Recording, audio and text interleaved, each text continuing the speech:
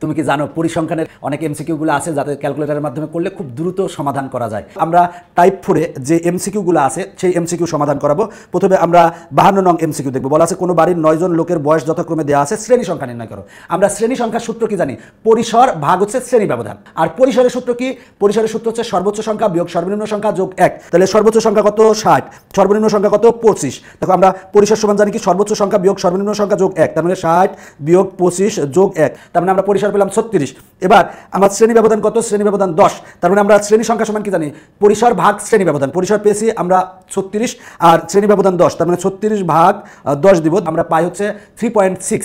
দেখো আমার শ্রেণী সংখ্যা কখনো দশমিকে হয় না, শ্রেণী সংখ্যা মানে অর্ধেক নিতে পারবে না। এখন মানুষের সংখ্যা যদি গণনা করো সেটা কিন্তু অর্ধেক মানুষ হয় না, ফুল মানুষই হয়। তার মানে আমরা পূর্ণ সংখ্যা নিব। 3.6 এসেছে, তাহলে আমরা 4 নিব। যদি 3.1 আসতো সেক্ষেত্রেও 4 নিতাম। তার মানে আমার শ্রেণী সংখ্যা কত হবে? ঘ অ্যান্সার। এরপরেরটা দেখো বলা আছে 10 জন শ্রমিকের একদিনের পারিশ্রমিক দেওয়া আছে, শ্রেণী ব্যবধান 10 হলে শ্রেণী সংখ্যা বের করো। তাহলে আগে আমরা কি বের করবো? পরিসর বের করবো। পরিসর কিভাবে বের করবো? সর্বোচ্চ কত আছে সেটা দেখবো। সর্বোচ্চ আছে 300, সর্বনিম্ন আছে 200। তাহলে পরিসর বের করবো কিভাবে? সর্বোচ্চ সংখ্যা হচ্ছে 300 বিয়োগ সর্বনিম্ন সংখ্যা কত? 200, আর যোগ হবে কত? 1। তার মানে আমার পরিসর বেরোলো। এখন পরিসরকে আমরা শ্রেণী ব্যবধান দ্বারা ভাগ দিব। শ্রেণী ব্যবধান কত? 10, তার মানে ভাগ দিব 10 দিয়ে। ভাগ দিলে আমার আসবে কত? শ্রেণী সংখ্যা আসবে হচ্ছে, দেখো এখানে 10.1। 10.1 আসলে কিন্তু আমরা নিব না, আমরা নিব কি? পরেরটা নিব, কারণ শ্রেণী সংখ্যা দশমিকে হয় না। তার মানে শ্রেণী সংখ্যা কয়টা হবে? 11টা হবে, তার মানে গ অ্যান্সার। এরপরে এই এমসিকিউটাও একই রকমের। তারপর আমরা দেখি বলা আছে 10 জন শ্রমিকের মঙ্গলবারে পারিশ্রমিক দেওয়া আছে, শ্রেণী ব্যবধান 10 হলে শ্রেণী সংখ্যা কত? সর্বোচ্চ সংখ্যা কত আছে? সর্বোচ্চ সংখ্যা আছে 200, তার মানে পরিসর বের করবো। সর্বোচ্চ সংখ্যা বিয়োগ সর্বনিম্ন সংখ্যা কত আছে? 130, তার মানে 130।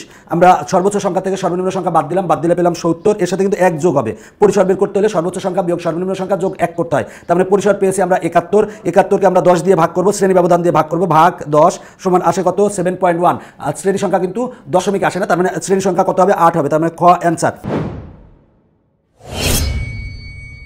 এরপরেরটা দেখো বলা আছে উপাত্তে পরিসর 17, পরিসর দেওয়া আছে, শ্রেণী ব্যবধান 3 দেওয়া আছে, মোট কয়টি শ্রেণী হবে? তাহলে মোট কয়টি শ্রেণী হবে? পরিসর ভাগ শ্রেণী ব্যবধান, তার মানে 17 ভাগ 3 সমান কত আসে? হচ্ছে 5.66 আসে। এক্ষেত্রে শ্রেণী সংখ্যা আমরা পরেরটা নিয়ে নেব, তার মানে 5.66 মানে 6টি শ্রেণী হবে। এরপরেরটা বলা আছে পরিসর 27 হলে বলা আছে 5 শ্রেণী ব্যবধান নিয়ে গণসংখ্যা সারণী তৈরি করলে কয়টি শ্রেণী হবে? তাহলে পরিসর দেওয়া আছে, শ্রেণী ব্যবধান দেওয়া আছে, শ্রেণী সংখ্যা বের করতে বলছে। তাহলে পরিসর কত? 27 আর ভাগ শ্রেণী ব্যবধান কত? 5। তাহলে 27 ভাগ 5 করবো, করলে আসে কত? 5.4 আসে। 5.4 আসলে আমরা কিন্তু পরের পূর্ণ সংখ্যা নিয়ে নিব। এরপরেরটা হবে 6, তার মানে অ্যান্সার হচ্ছে ক। এরপরের অঙ্কটায় বলা আছে পরিসর দেওয়া আছে, শ্রেণী সংখ্যা দেওয়া আছে, শ্রেণী ব্যবধান বের করতে হবে। তাহলে আমরা শ্রেণী ব্যবধান যদি বের করতে চাই, আমরা শ্রেণী সংখ্যা সূত্র কি জানি? শ্রেণী সংখ্যা সূত্র জানি পরিসর ভাগ হচ্ছে শ্রেণী ব্যবধান, শ্রেণী খালি ব্যবধান লিখলাম। তাহলে এখন দেখো আমার দেখো শ্রেণী সংখ্যা কত দেওয়া আছে? 10 দেওয়া আছে। আর পরিসর কত দেওয়া আছে? পরিসর দেওয়া আছে হচ্ছে 110 দেওয়া আছে, আর ব্যবধান আমাকে বের করতে হবে। তাহলে এবার আমরা এটার এইখানে নিব আর এটার এইখানে নিব, আমরা ইন্টারচেঞ্জ করতে পারি। তার মানে ব্যবধান ইকুয়াল টু কত হবে? 110 ভাগ 10, 0 কাটা, তার মানে 11টি হবে, তার মানে অ্যান্সার হচ্ছে 11। এরপরেরটা বলা আছে চতুর্থ শ্রেণীর মধ্যমান কত? চতুর্থ শ্রেণী কোনটা? এটা প্রথম শ্রেণী, এটা দ্বিতীয়, এটা তৃতীয়, এটা হচ্ছে চতুর্থ শ্রেণী। চতুর্থ শ্রেণীর মধ্যমান কিভাবে বের করবো? সেটা হলো 76, এই যে সর্বনিম্ন সংখ্যা যোগ সর্বোচ্চ সংখ্যা কত? 80, তাহলে 76 যোগ 80 দিব। দেওয়ার পরে যা আসবে তাকে 2 দ্বারা ভাগ করবো, ভাগ 2 দিলাম, দিলে কত আসে? 78, তার মানে অ্যান্সার হচ্ছে 78। এখন আমরা এই 59 নং সমাধান করাবো। কোন শ্রেণীর ঊর্ধ্বসীমা দেওয়া আছে, শ্রেণী মধ্যমান দেওয়া আছে, ওই শ্রেণীর নিম্ন সীমা কত? আমার নিম্ন সীমা বের করতে হবে। তাহলে আমরা শ্রেণীর মধ্যমানের সূত্র জানিয়ে সর্বোচ্চ সীমা যোগ হচ্ছে সর্বনিম্ন সীমা ভাগ 2।